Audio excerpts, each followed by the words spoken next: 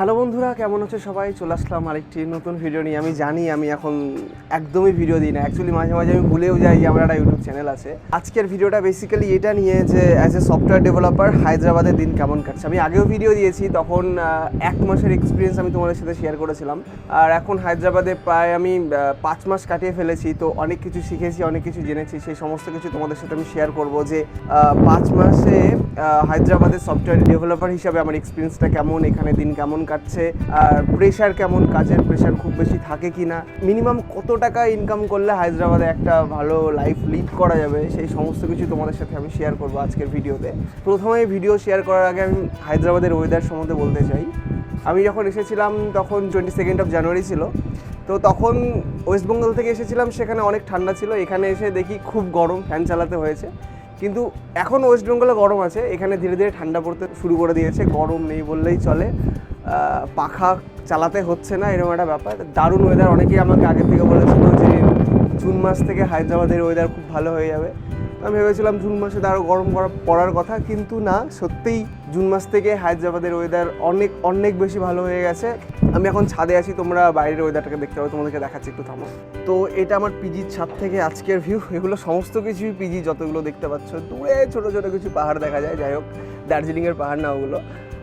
তো ওয়েদারটা এরকম দেখো, দেখতে পাচ্ছ যে ছায়া আছে, কখনো রৌদ্র আসছে, কখনো ছায়া আসছে। আর হাওয়ার শব্দটা তোমরা শুনতে পাচ্ছ কিনা জানি না, হাওয়া হচ্ছে লিটারেলি খুব।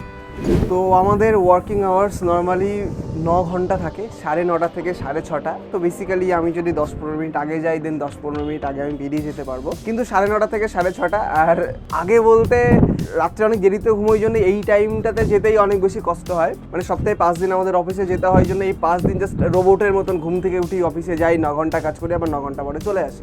ঘুমটাও ঠিক মতন হয় না, ওই জন্য স্যাটারডে সানডে একদম দারুণ ঘুমোই। কখনো তো দুপুর 1টা পর্যন্ত ঘুমোই। আজকে স্যাটারডে, আর আমি জাস্ট ঘুম থেকে উঠলাম। আর টু বি অনেস্ট, আমি এখনও ঘুম থেকে উঠতাম না, অনেক দেরি করে উঠতাম, কিন্তু রুম ক্লিনিং করতে এসে সেজন্য তারা ডাকলো জন্য দরজাটা খুলতে হলো। আর দরজাটা খুলতে হলো জন্য আমি ঘুম থেকে উঠে গেলাম, নাহলে ভিডিওটাও আমি বিকালের দিকে শুরু করতাম। তো এরকম চলছে দিন। তো আমরা প্রায় 9:15, 9:20 নাগাদ পিজি থেকে বের হয়ে যাই। আর প্রথমে আমাদের যে অফিসটা ছিল সেটা হায়দ্রাবাদের ভার্চুসার ক্যাপিটাল ছিল, এখন করে দিয়েছে ক্যাম্পাস। সেটা একটু দূরে, আমাদের অটো করে যেতে হয়। তো আমরা অটো করে অফিসের দিকে রওনা হই, প্রায় 9:15-20 আমরা বেরিয়ে যাই। তো রাস্তার আশেপাশে তোমরা দেখতেই পাচ্ছ, এখানে প্রচুর আইটি কোম্পানি আছে, প্রচুর স্টার্টআপ আছে, প্রচুর এমএনসি আছে। তো প্রায় 10 থেকে 15 মিনিটের মধ্যেই আমরা পৌঁছে যাই অফিসে। ডান দিকে যে বড় বিল্ডিংটা দেখতে পাচ্ছ সেটা হচ্ছে অ্যামাজনের ক্যাম্পাস। ওয়ার্ল্ডের সবথেকে লার্জেস্ট ক্যাম্পাস আছে, সেটা হচ্ছে হায়দ্রাবাদে। আর এই অ্যামাজন ক্যাম্পাসের সামনেই আমাদের ভার্চুসার ক্যাম্পাস। আমি জানি অ্যামাজনের ক্যাম্পাসের তুলনায় সেটা অনেক ছোটো লাগে, বাট আমাদের ক্যাম্পাসটাও যথেষ্ট বড়। ক্যাম্পাসে ঢোকার পরেই আমাদের পুরো কাজ আর কাজ, সেই ভিডিওগুলো তোমাদের দেখাচ্ছি না। পুরো 9 ঘন্টা কাজ করতে হয়, মাঝে 1 ঘন্টা টিফিন ব্রেক পাই আমরা 1টা থেকে 2টো পর্যন্ত।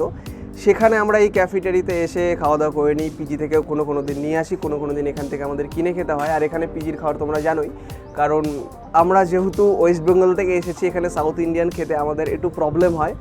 আর অ্যাকচুয়ালি সাউথ ইন্ডিয়ান খাবার যে খারাপ সেটা আমি বলবো না, সেটা অনেক ভালো খেতে। অ্যাকচুয়ালি আমরা যদি আশেপাশের দোকান থেকে কিনে খাই সেটা অনেক টেস্টি লাগে, কিন্তু পিজিতে তোমরা জানোই কেমন খাবার হয়।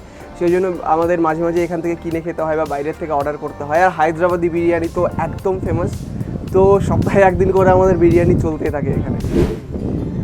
আমাদের ক্যাম্পাসের মধ্যেই আছে একটা ছোট্ট গার্ডেন, যেটার নাম হচ্ছে রক গার্ডেন। এখানে আসলেই দার্জিলিংয়ের সেই রক গার্ডেনের কথা মনে পড়ে যায়। জানি না তোমরা কতজন দার্জিলিংয়ের সেই রক গার্ডেনে গেছো কি না। জাস্ট ঝর্ণা আর পুরো পাহাড়ের মাঝখানে একটা জায়গা। তো এখানে যতবার আসি আমার সেই জায়গাটার কথা মনে পড়ে যায়।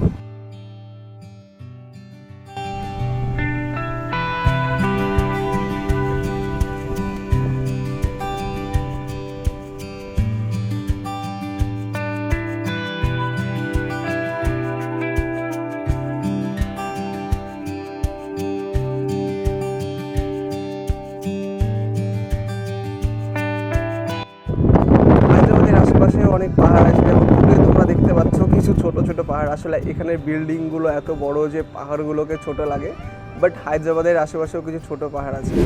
এবারে কাজকর্ম সেরে প্রায় 6:30 নাগাদ আমরা অফিস থেকে বেরিয়ে যাই।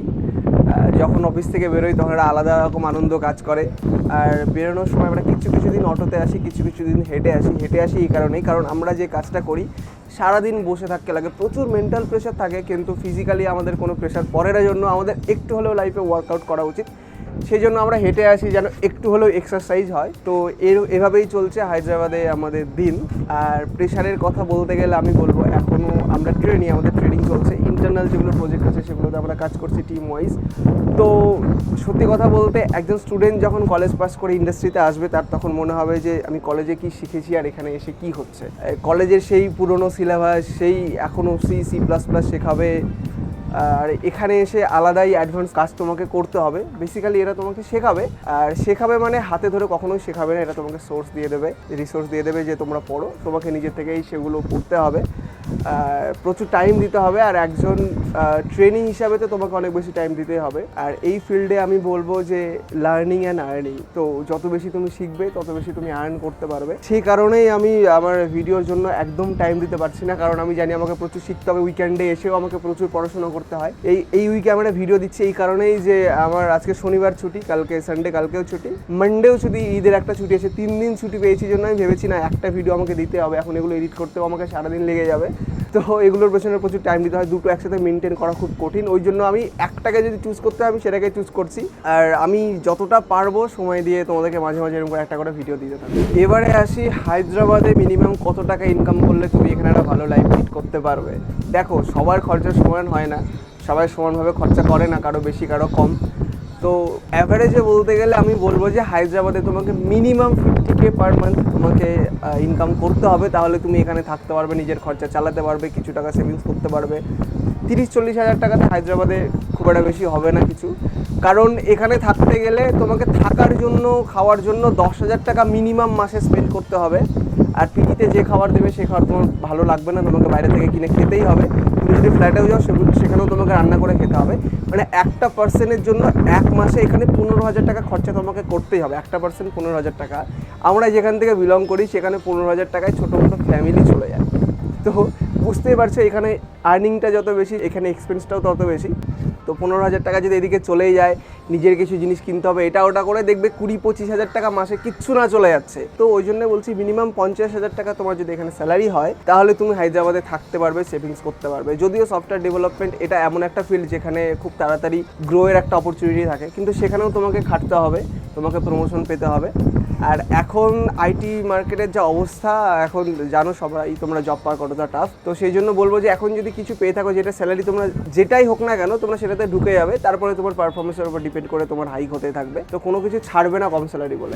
এবারে অনেকে আমাকে কমেন্টে বলছে দাদা ইন্টারভিউ এক্সপিরিয়েন্স শেয়ার করো, অনেক কিছু তারা শুনতে চাইছে। এবারে তাদের জন্য আমি একটা নতুন ভিডিও আনবো। অলরেডি একটা ভিডিও আছে আমার চ্যানেলে যে কীভাবে আমার এই জার্নিটা হলো, একটা ছোটো সংক্ষেপে বলেছি আমি, তবুও আমি ডেডিকেটেড ভিডিও আনার চেষ্টা করব। আজকের ভিডিওটা জাস্ট এইটাই তোমাদের সাথে শেয়ার করলাম যে অ্যাজ এ সফটওয়্যার ডেভেলপার দিন কেমন কাটছে হায়দ্রাবাদে। আর ভিডিও কেমন লাগলো সেটা কমেন্টে জানাবে, আর প্লিজ বন্ধুদের শেয়ার করে দিও। আমি জানি খুব বেশি ভিডিও দিই না, তবুও যতটা পারবো দেওয়ার চেষ্টা করবো, চ্যানেলটাকে অ্যাক্টিভ রাখার চেষ্টা করবো। খুব তাড়াতাড়ি দেখা হবে নতুন কোনো ভিডিওতে। আজকের মতন টাটা।